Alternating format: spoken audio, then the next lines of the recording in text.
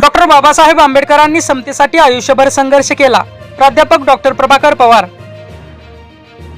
बाबासाहेब आंबेडकर यांनी सामाजिक, आर्थिक व सांस्कृतिक समतेसाठी आयुष्यभर संघर्ष करत मानवमुक्तीचा संदेश दिला, असे प्रतिपादन प्राध्यापक डॉक्टर प्रभाकर पवार यांनी कुरवली खुर्द तालुका फलटण येथे केले.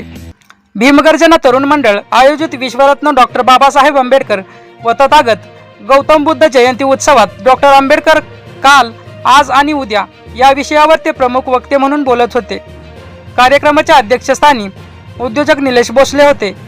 यावेळी बोलताना प्राध्यापक डॉक्टर पवार यांनी सांगितले की डॉक्टर बाबासाहेब आंबेडकर हे मानवतावादी व धर्मनिरपेक्ष विचारांचे नेते होते.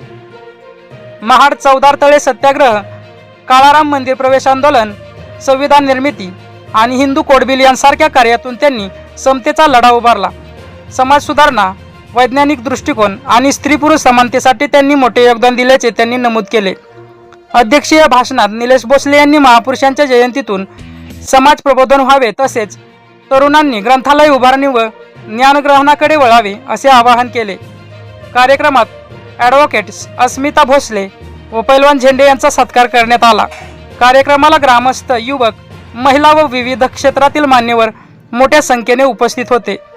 झुंजार न्यूज महाराष्ट्र संपादिका सोनाली माने, बिदाल. अशाच ताज्या घडामोडी पाहण्यासाठी आत्ताच झुंजार न्यूज महाराष्ट्र या चॅनलला लाईक, शेअर आणि सबस्क्राईब करा. झुंजार न्यूज महाराष्ट्र.